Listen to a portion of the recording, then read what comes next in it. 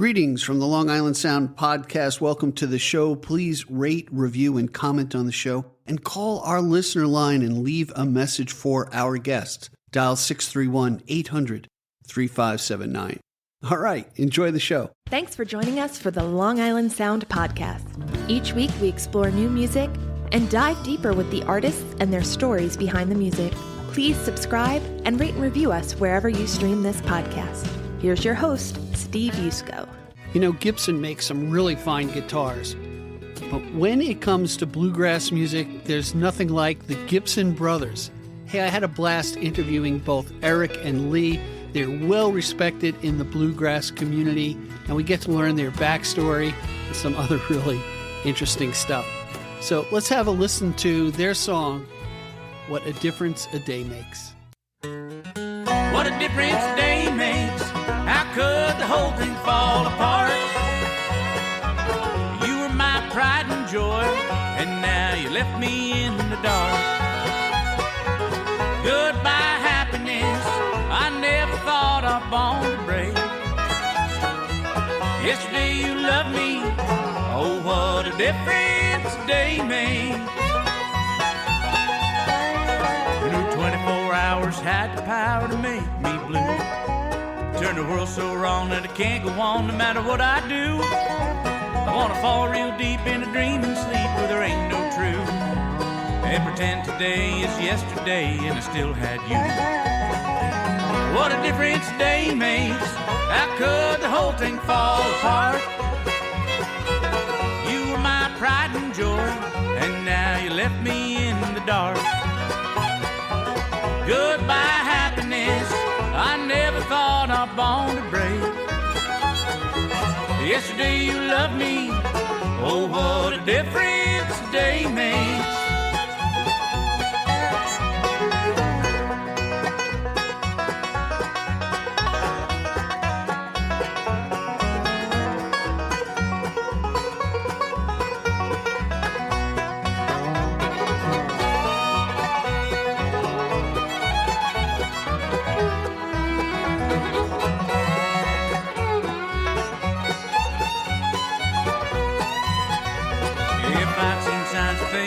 I'd have done my best.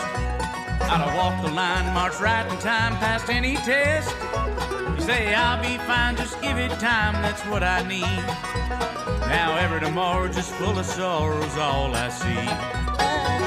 What a difference a day makes. How could the whole thing fall apart? You were my pride and joy, and now you left me in the dark. Goodbye, happiness. I never thought I'd born to break. Yesterday you loved me. Oh, what a difference a day makes. Goodbye, happiness. I never thought I'd born to break. Yesterday you loved me. Oh, what a difference a day makes. Oh, what a difference a day makes.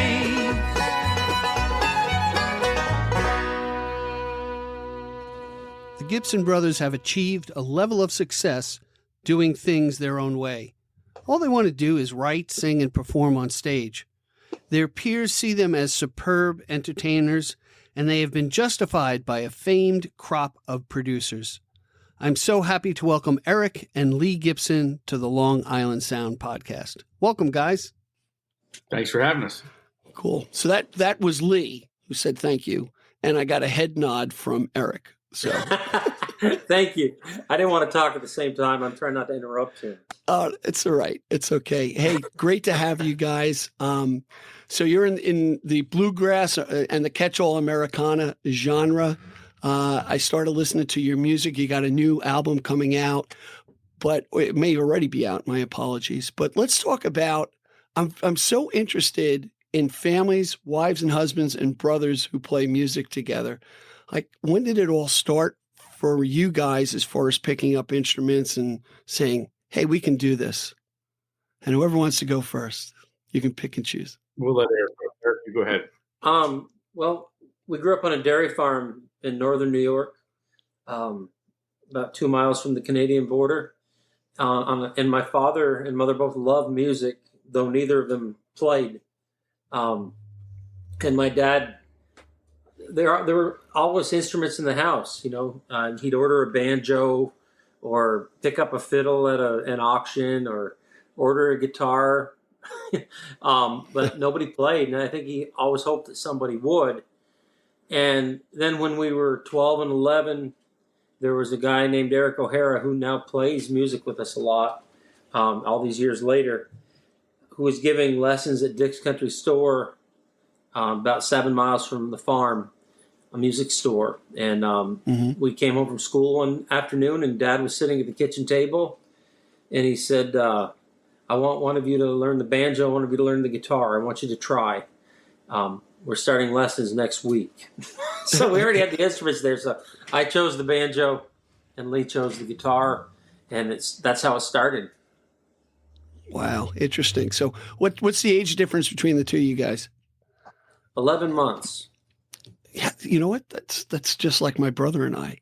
So you got the built-in competition, and there was no right of refusal, I guess, in doing it. So was there competition between you in learning the instruments? I'm curious about that.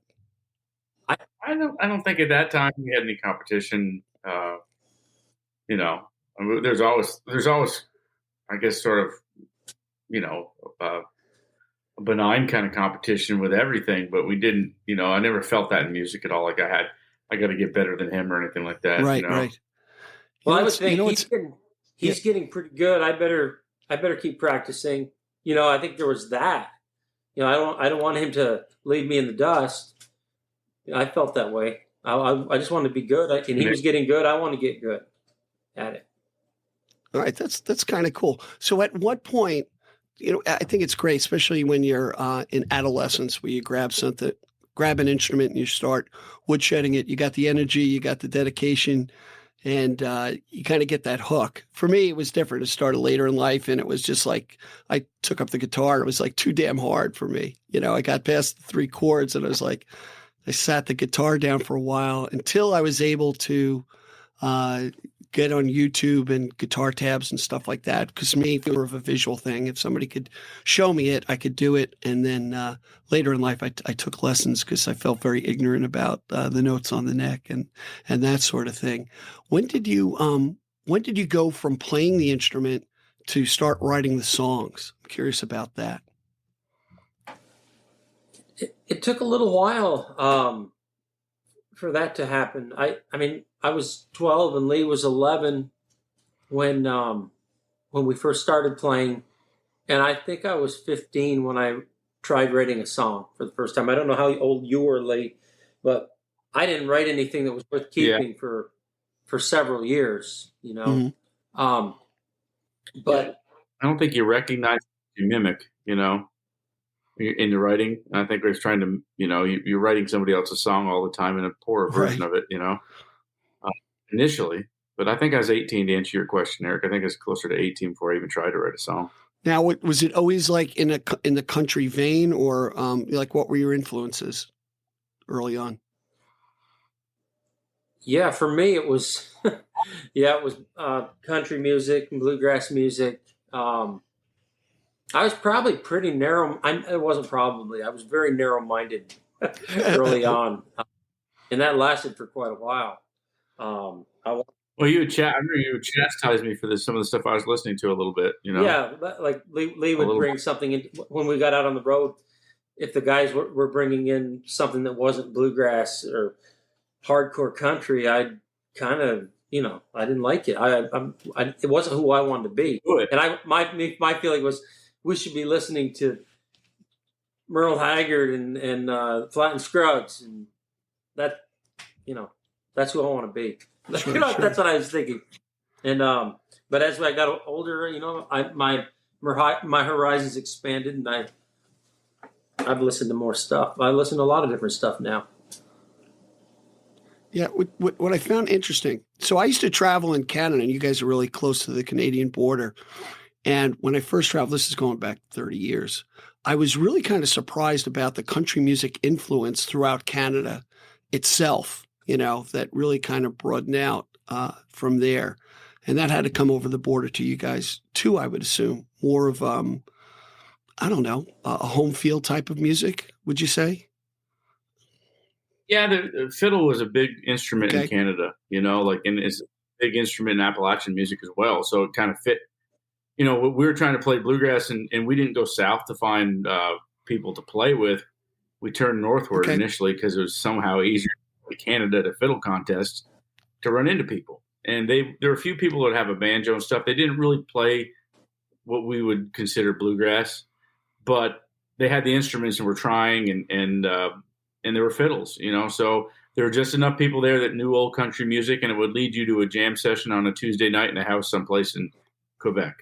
That they'd say every second Tuesday they do this, and so we'd show up as mom would drive us over there. We're too young to drive, and go in and start playing and singing with these folks. And they didn't speak a lot of English, but they sang in English, and so we just had a love of music, And I would say, Eric, that's correct, right? Yeah. That's kind of the first. And I would say if we were doing CBC was an influence. We didn't have many channels, but we had the what is that, Canadian Broadcasting Corporation, Right, CBC. right.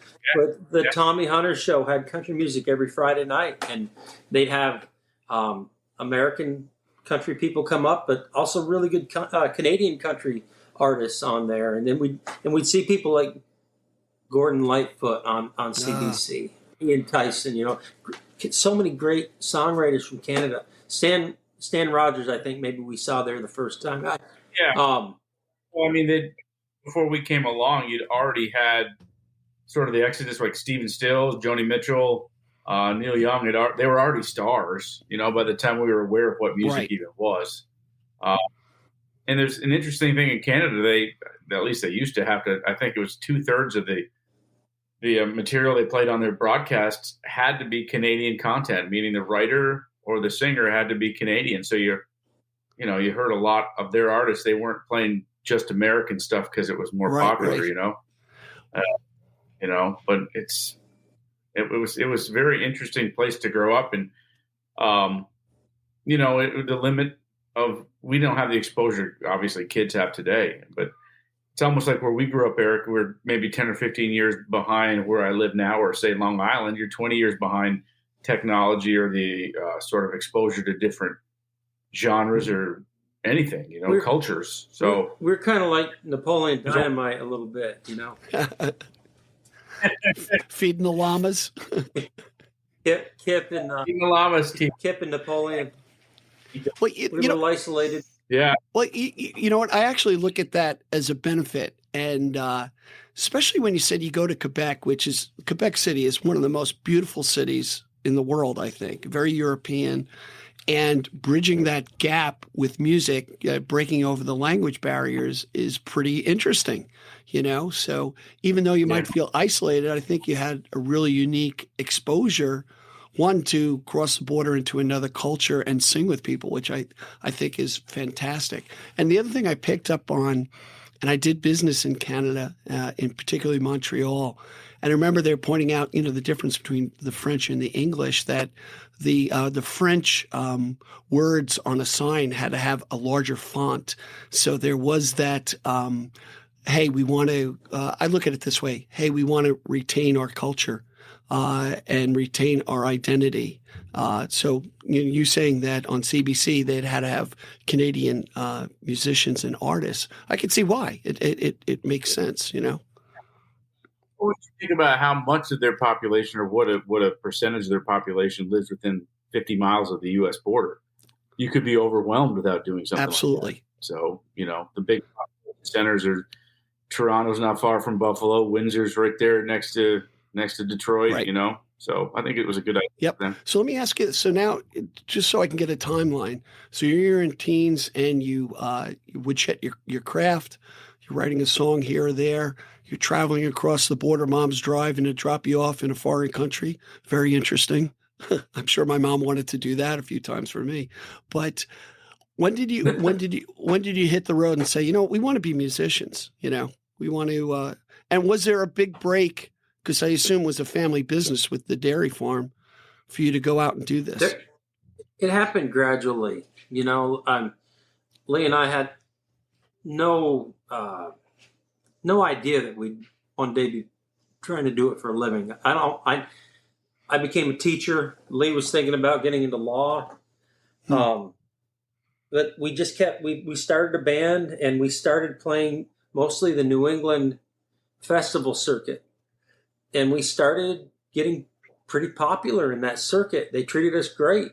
And each year it felt like we were getting further away from home, Okay. to the point where I was in California during finals week.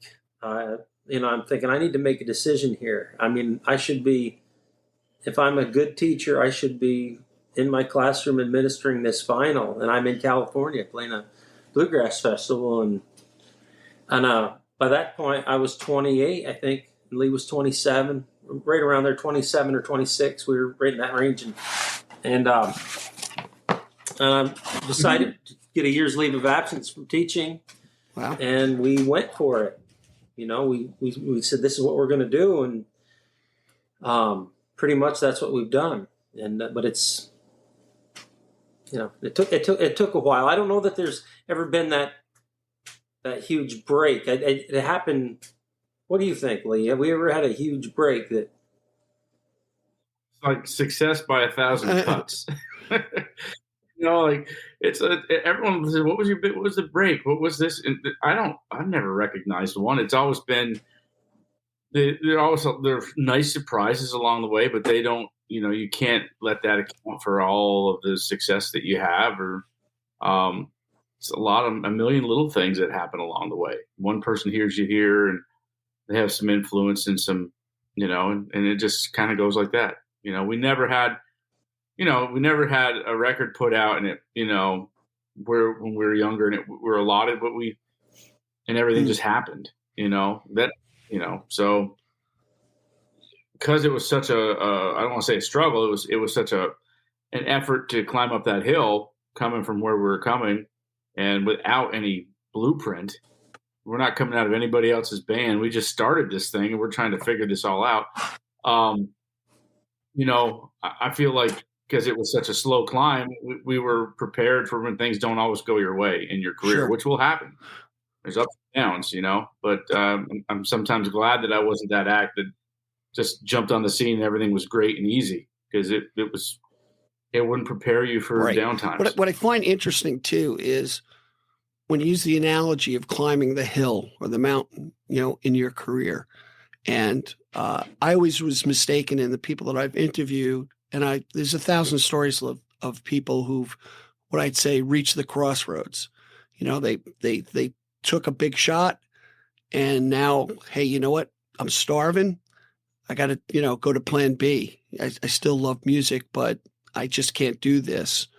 And it's a sad time, but it's a tough decision. And if you could blend the two, still do what you love in music, and yet, still teach and these other things, you're still climbing the mountain. You haven't, headed for the beach. Yeah, sure. No, if you can do that, I mean, I don't have any disrespect for anybody who walks away from it.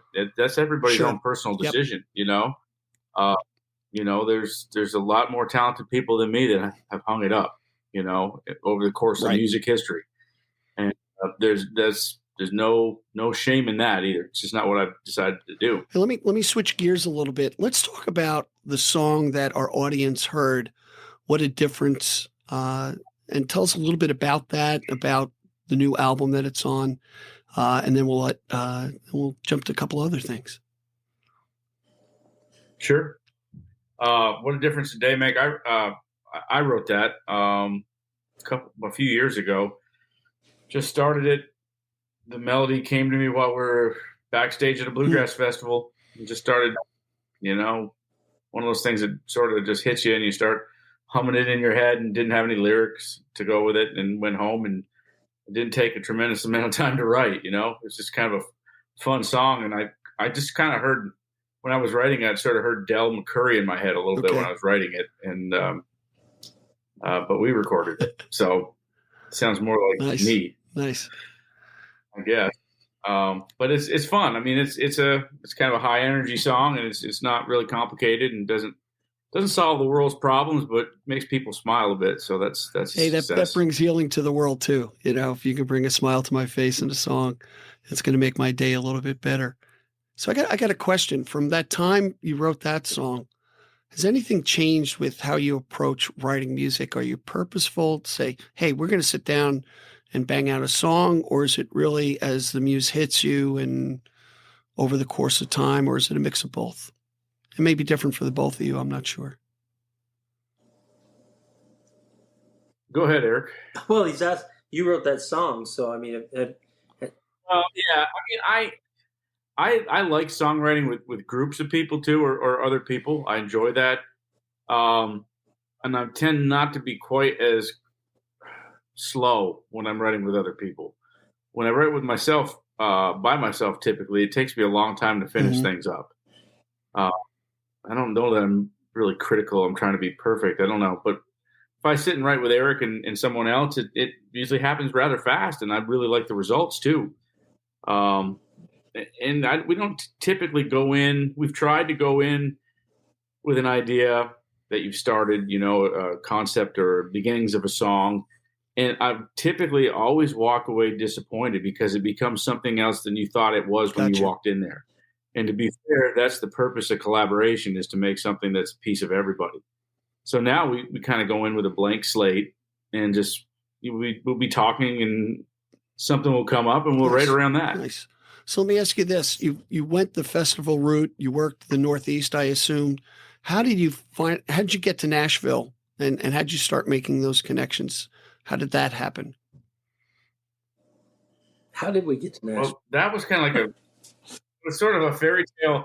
Where we come from, Nashville's Nashville. Like a far off place that nobody goes to. Yeah, it's like it's more like the Wizard of Oz these days for sure. Then I found out you could call up this guy that had this place in town and try to book a gig. So we did. Because we had a festival in Mississippi and one in Texas, and I was like, well, let's try to play in Nashville. I think that was the first time, wasn't it? It was. Because I remember we had a buddy, a guy named Roy Hurd, who had a songwriting deal with Warner Chappell, or maybe it was Sony by that time, but he wrote for several years down there on staff.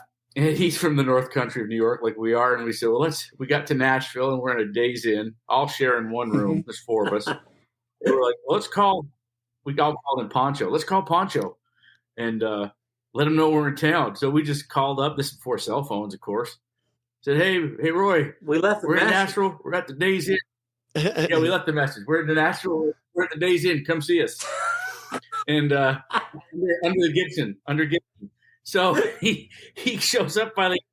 You guys do know there's like 20 Days in Nashville. We're such hillbillies. We didn't know that we didn't know that we didn't know. No. Played that gig. We played that gig at a place called the Station Inn, which is still there and is one of the best music spots in Nashville. Played the Station Inn, and it wasn't full, but I remember it was during the NAMM week, so there's probably more people than we actually deserved based on our name. And a guy comes up when I'm putting our stuff away, and he said, your playing reminds me a lot of Clarence White. And I'm thinking, well, this guy, he knows, probably knows Doc Watson. He knows the name Clarence White. But it turns out it was Gene Parsons of the Byrds. He was in town. And so you talk about how do you meet people? That's how you meet people. You go play a gig someplace, and I couldn't believe it. It was really cool. Lee, you know what I remember about that? He said, now, where are you from? What? He said, where are you from? We said, New York. And he goes, well, you kind of ruined it right there, but I still like it.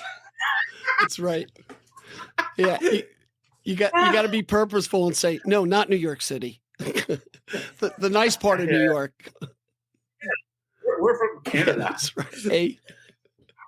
Almost Canada. Yeah. Oh, man. And I tell you, what's so interesting is those small circumstances that lead, as you reflect back on your career, it's like that led to this, led to that, and so on and so forth. I mean, I was going through your guys' bio and I'm like, this is like the who's who of the music industry. You guys really have touched and collaborated with a lot of big names out there. It's pretty impressive for two guys from upstate New York. It wasn't that long after that we ended up in Nashville again, playing the Station Inn, and Tom T. Hall came to the gig. And the Tom T. Hall, like, holy moly. And we get home, and for some reason, we were going back to Nashville again, and it was advertised. And I got a call from Miss Dixie Hall, Tom T's wife, inviting us. We see you're coming to Nashville. Would you come stay with us? How did that happen? Like, our Nashville... In our mansion, it was all... Wow. And in Belgium, it was beautiful. Just like that. And we had buddies in Nashville that we were telling where we were staying, and they couldn't believe it. They're like, "What?" and we had writers in the round with. I'm not lying, right? Like, I am remembering the Tom T and you and me and Chris Jones. Yeah, like Chris Jones and Terry Hurd. Was Bob there? Yeah, we were picking up a banjo from a friend who just passed, a guy named Ron Petranco. He was a real nice guy out of Montreal and a good photographer, but he bought a banjo from Sonny Osborne of the Osborne Brothers, and he said, "Will you pick it up for me?" I've arranged it. You know, if you can go pick it up, meet him at the Opry and pick up my banjo that he's buying. Okay.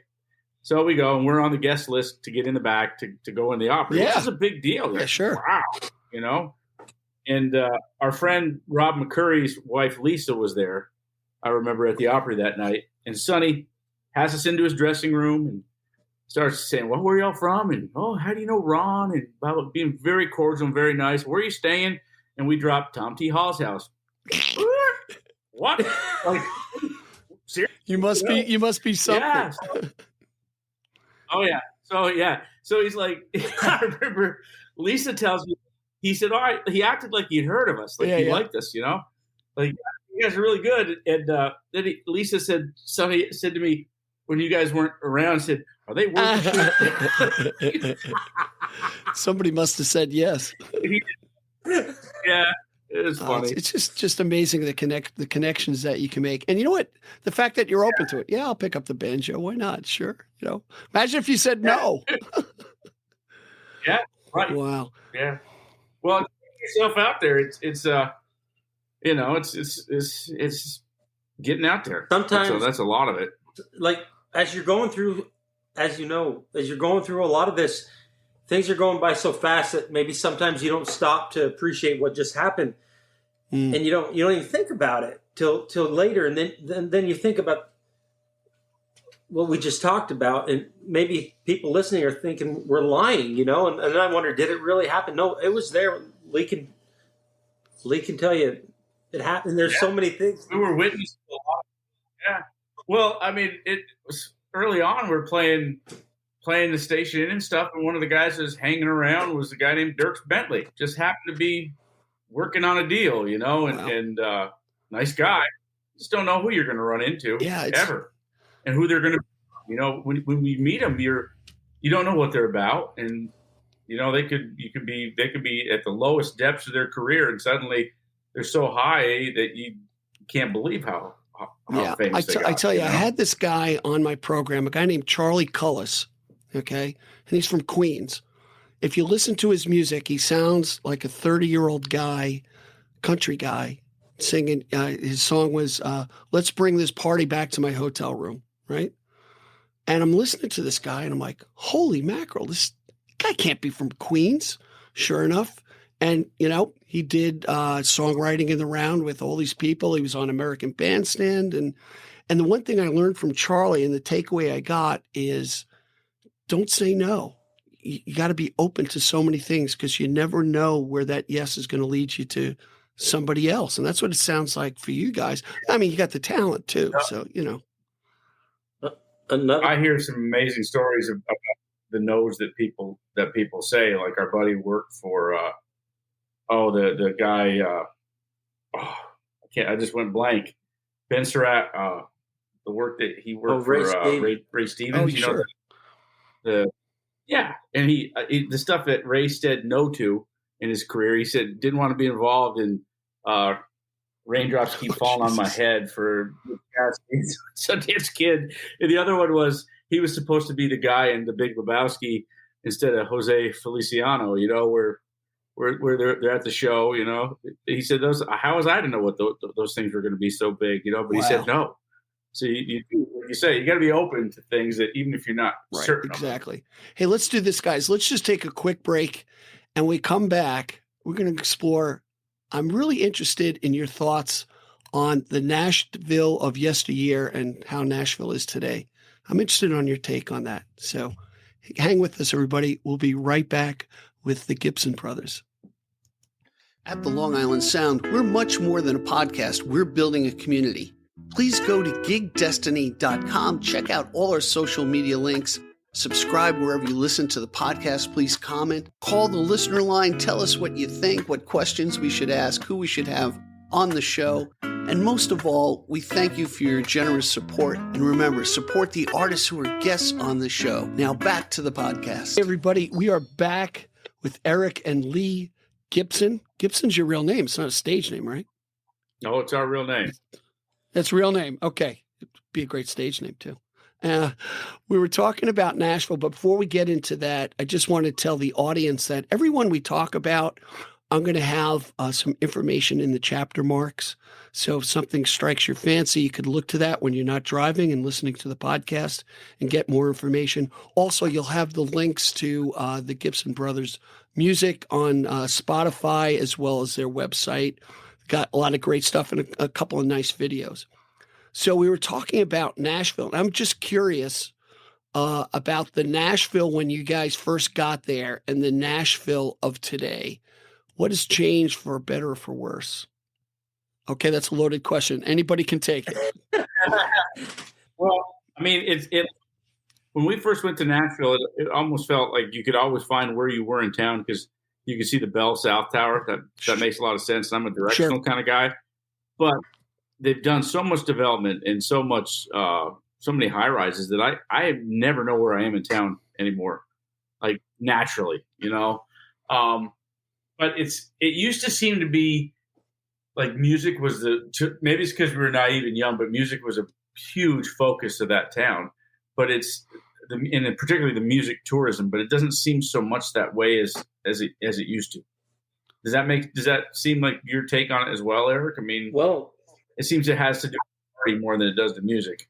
I don't know if we changed a lot or if it changed a lot or both. But there's just so many more people there now. I mean, it's you really have to be strategic in getting from point A to point B. The traffic's just horrible. I still love going to Nashville, but it's changed a whole lot. And we're not there enough. We're not experts on Nashville by any means. We're not there every week. We get there a few times a year now, and I always look forward to being there, and I always have a good time there and feel like we make inroads while we're there. But it's a different town. It's different. It's way different than it was 20 years ago. Yeah, it's almost. I went there last year as a non-musician, and it became very much like Disneyland to a certain extent. A lot of bridesmaids running around, and it's a busy, busy town. In fact, we went with a bunch of other couples, and we had a couples go like a month before to scout things out for us because we wanted to go to certain places. And I like offbeat places, not on a main strip, not a tourist trap, that sort of thing. We went to this place, Martin's Barbecue. I don't know if you're familiar with that. I've heard. Yeah, it looks like a little takeout place in the front, and the thing opens up to this just beautiful bar with great music, and that was a hoot. We had a really good time doing that. So what are you guys doing now? As far as well, let me backtrack. Take that back. How did COVID and quarantine affect you with music writing and not being able to play and how'd you handle it? What'd you do? Eric was a lot more productive than I was. I didn't really write much during the whole pandemic. I've got to admit, wrote a few things, but everything came out sour and negative. Eric took the horns and wrote a lot of stuff with other writers as well. Wrote good stuff, Thank you. Well, yeah, you're welcome.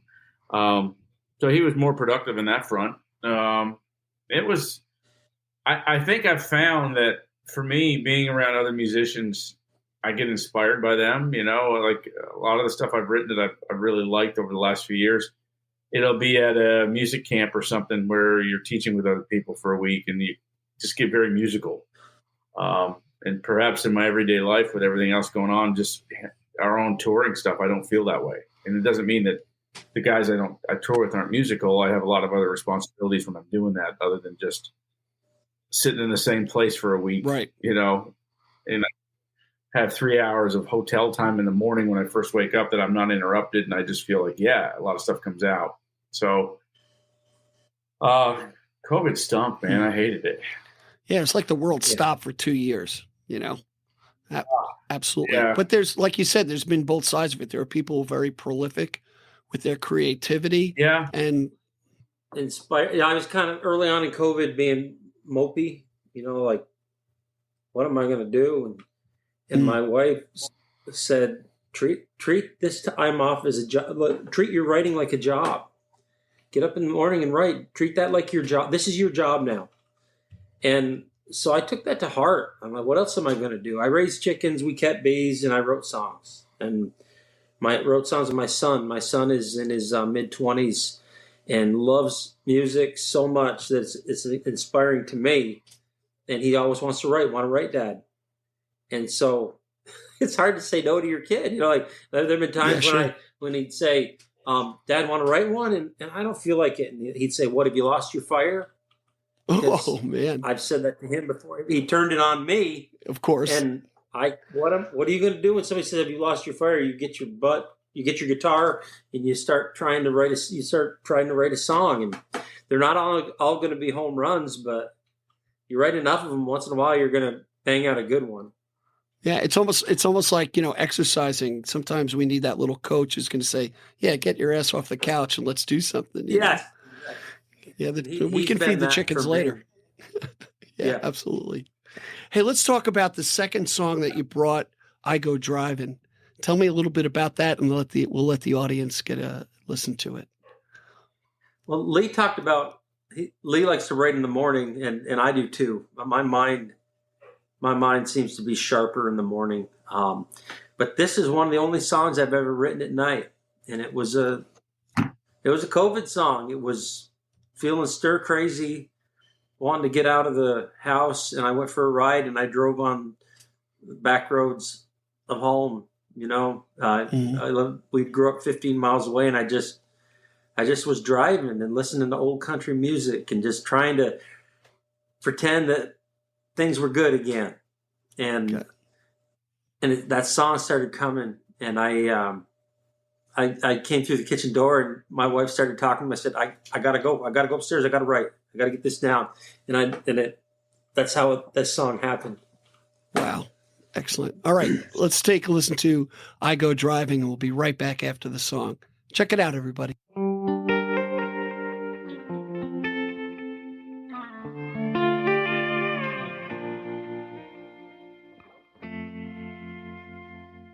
When I go driving down the roads I know by heart, when I go driving, I feel better in the dark. In the light it hurts too much to see what isn't there today.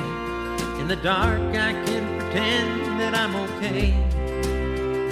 As I'm riding, I sing songs I know by heart. As I'm riding, I love every single part of good old boys like me, blue eyes crying in the rain. Is it wrong that I find pleasure in the pain?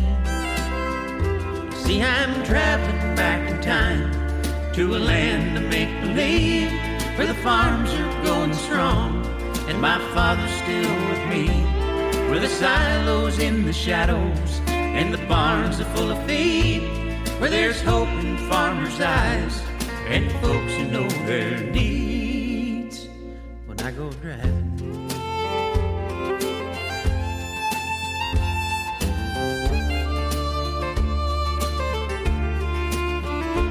as I'm dreaming, drifting down those country lanes. Yes, I'm dreaming, thinking things can be the same I'm looking at the past. I'm trying not to stare, reaching for a life that isn't there.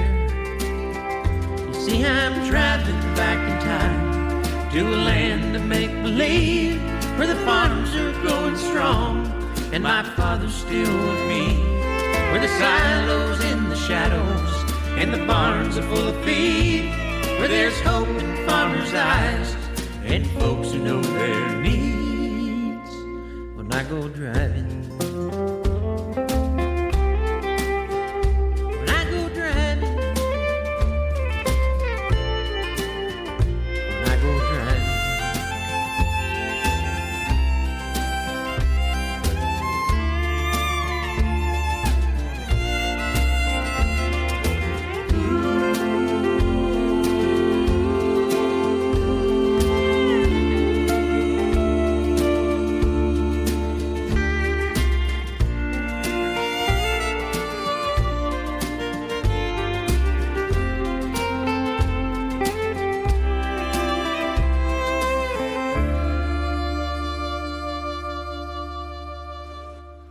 That was a really great song. You know what I find interesting, Eric and Lee, is a lot of the artists that I talk to when it comes to writing music, a lot of them, whether it's on a tour bus or what have you, when they've got that road time, the muse kind of gets to them, you know, where they're kind of in that bubble and go driving. So I found it interesting in the lead into the song. You said you just went for a drive and you came back and told your wife, hey, I got to write this down. You know, I think that's great. It's really cool. What I'm really interested to, I was reading your guys' bio, and I tell you, everybody listening to this, by the way, go to the chapter marks. You'll see all the people we're talking about. And let me tell you, the people you guys worked with are like the who's who of the music business. And I was just like, oh my God, I didn't realize these guys were as famous as they are, you know? But I'm interested on how a lot of these connections came about, how you feel that, you know, how did that benefit you and helped form your music and what you deliver? I mean, early on, you know, once we got going, it just felt that our heroes, some of our heroes were drawn to us. You know, it's like I think maybe they recognized that in our music that they could hear how much we love them, you know, through our music, that we were inspired by them. And like Ricky Skaggs coming up to us after a show telling us how much he liked our singing and wanted to do a record with us. So we made a record with him in the early 2000s. It's never come out, but we still did it. And we Sure. and everybody in Bluegrass knew we were doing it. And I think that put a light on us a little bit and showed people that, well, if Skaggs thinks they're good, they must be pretty good. You know, and these guys know Tom T. Hall. Tom T. Hall did a recitation on one of their albums. They know Tom T. Hall, and it just grows. It grows from there, and you're working hard. You're getting better as a band. You're getting better as singers and writers, and you're rubbing elbows with your heroes, and you know, I think that's how, you know, that happens. We first record we made in Nashville, we met Dave Ferguson, and he wasn't. I mean, he's a legend now, but back then he was the second engineer at the. What's that? I said we had to be told his credibility back then because we didn't know, you know, But now everybody now knows. Now he's one of the hottest producers in Nashville, and 18 years later he remembered us and wanted to do a record. And then when we did the record in 2018, it was supposed to be with Dave Ferguson, and we get a call from our manager, and he says, Dave's buddy Dan Arbach of the Black Keys wants to be involved. Is that okay? Yeah, that's okay. Yeah. We'll write that. Lee, what do you think? Is that okay, Lee? Oh, yeah, that's okay. I actually said, I'll have to run it by Eric. Yeah, Lee did. He called me up. I said, "What? Why are you asking me?" Like, yeah, he called you first, right? You know, you can't be the easy girl in the party all the time. Sometimes you got to pull back, you know. You got to pull. No. You think about, I think about this, like when we were working with Ricky, Ricky's then manager Ricky had hired his then manager's brother-in-law to set up his studio, and he was a young guy, and set up the board, all the off-board stuff, and he was the studio manager, and he engineered a lot of stuff. And Eric and I would go in there on days that they didn't have us tracking and go make like song demos with this guy, and we had a great time. And you go ahead a dozen years or 15 years, and he and his brother, his name's Alex Anders, and his brother's named Adam. They wind up doing a little show called Glee, where they do all the music production and all the recording for it, and they do all kinds of stuff like that in Hollywood, and you never know who you're going to meet, and it hasn't put us on ABC television or anything like that, but it's a great story. There's another one that these sort of happenstance meetings of professionals in the music industry, and they go on to big things. Well, there's an old saying, the all boats rise with the rising tide, and the fact that you get that, Ricky Skaggs giving you credibility, but just saying, hey, he worked with you, whether the album gets produced or not, boom, your credibility goes up and people start to talk about you.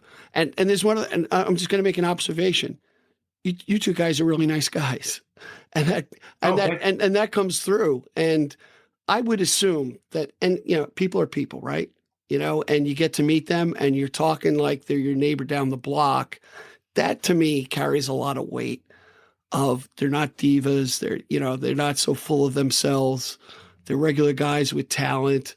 I mean, I'm sure if you've asked people, what attracted you to us or whatever, they're going to say, yeah, you guys know what you're doing. You're good. And we like you. That's a factor. Absolutely. It's got to play into it, I would think, Well, thank you. Thank you. Very kind of you.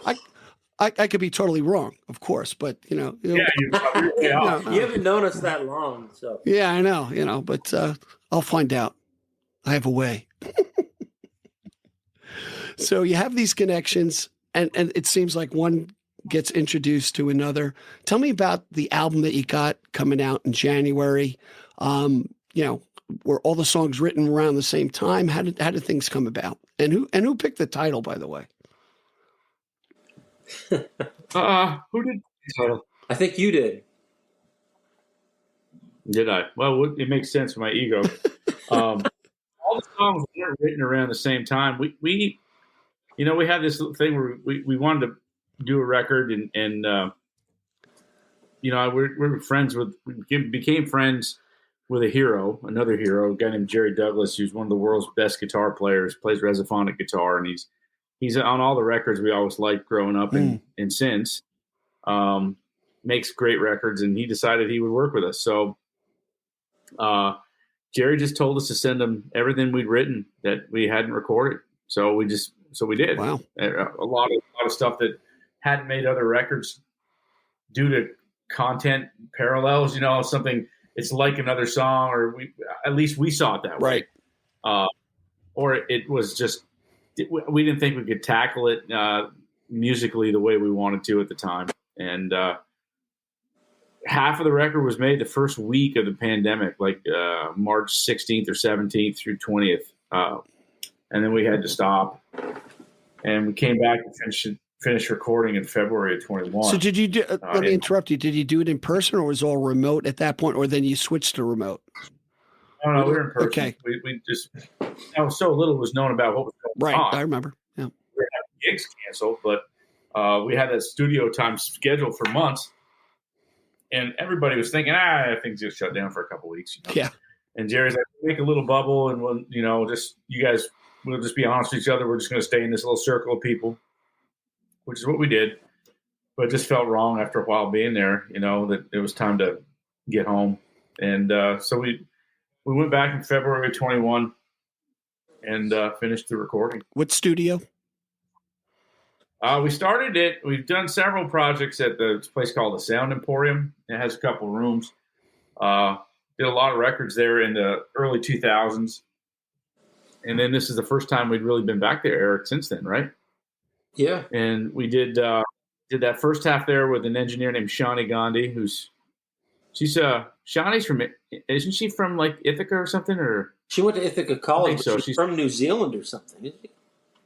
Oh yeah, she's from New Zealand. That's easy to confuse. Yes, that New Zealand accent. I went to She was Ithaca for that. awesome, man. Name dropper. She's a wicked engineer. We did the second half at, is it Mountainside Studios, name of Bill's place? Bill Horndick. Yeah. And it's Bill's last project. Bill passed away, sadly, last year or earlier this year. I think it's the last project that Bill probably mixed, and Bill did a lot of great things. Wow. So anyway, that was sort of the recording, timeline. Nice. And it's called The Darkest Hour. Real upbeat. It's just Darkest Hour, isn't it? Yeah, we hope. The Darkest There's Hour. no just Darkest Hour. Yeah, I guess so. Very good. Man, it's the title. It's the name of a song I wrote. Gotcha. Hey, let's talk about the third song that is on the album, 1 minute of you. Tell me about that, and then we'll have a listen to it. Well, that's one that I wrote after the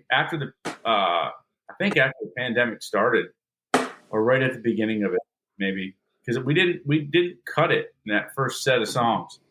But it's one I wrote about my daughter. I sort of recognized that when she was real young, she was very, very shy. And then she became such an active, upbeat, bubbly, happy, do everything kind of kid, which I never would have, And so it's a song I wrote about her.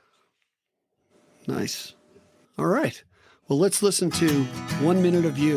We'll be right back after the song. Check it Now, out. babe, I know there comes a day, but I don't want to give away 1 minute of you.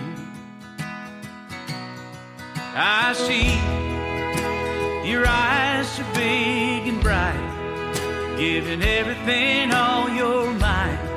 You got your heart and all you do. And I know that wanting to won't stop time, but I wish it would. And I'd be on every little hill you climb if I only could.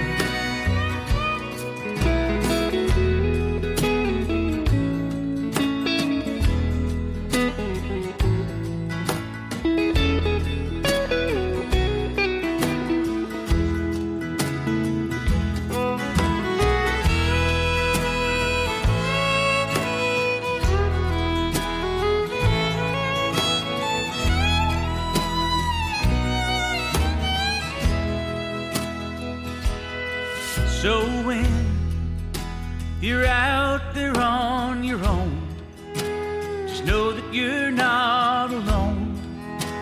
My love you can't outgrow. I hope you realize you are the shiniest of the stars the sky will ever show. And I know that wanting to won't stop time, but I wish it would. And I'd be on every little hill you'll climb if I only could. Now, babe, I know there comes a day, but I don't want to give away 1 minute of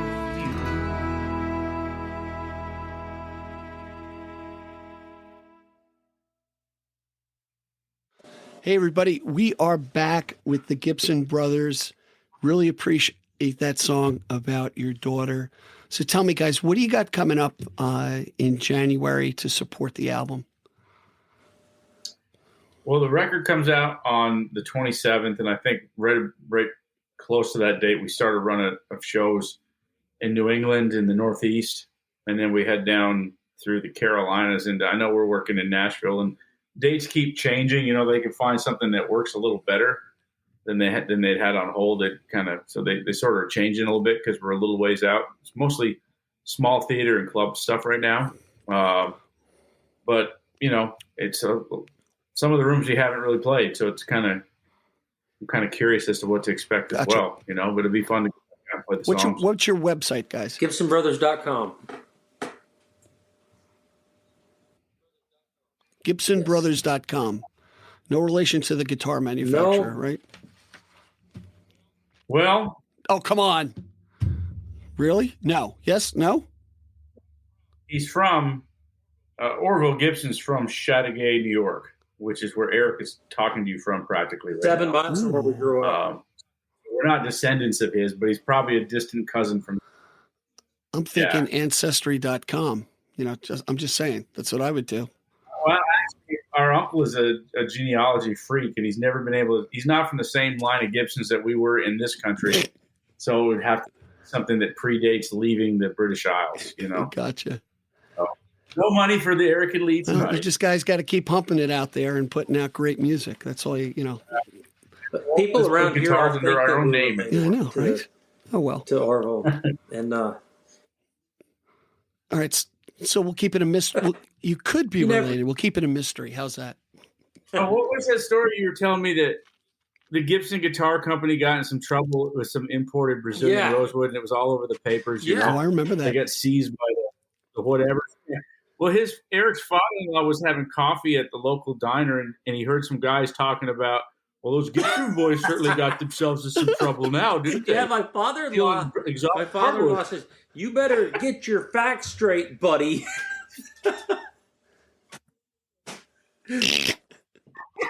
Kicking some ass in upstate New York. Nice. Yeah. I believe it. Hey, guys, it's been a real pleasure talking to you. I really want to get you back on the program. I think there's just so much more to discuss. I really enjoyed our time together. So, anytime. All Thank right. you. Best of luck with the album that's coming out in January. Everybody, keep your eyes peeled for the Gibson Brothers. Go to the chapter marks. You'll see all the dates of where they're playing. And, of course, go to gigdestiny.com. We'll put some information up there as well. All right. Until next time, be well, everybody. Thank you for joining us today.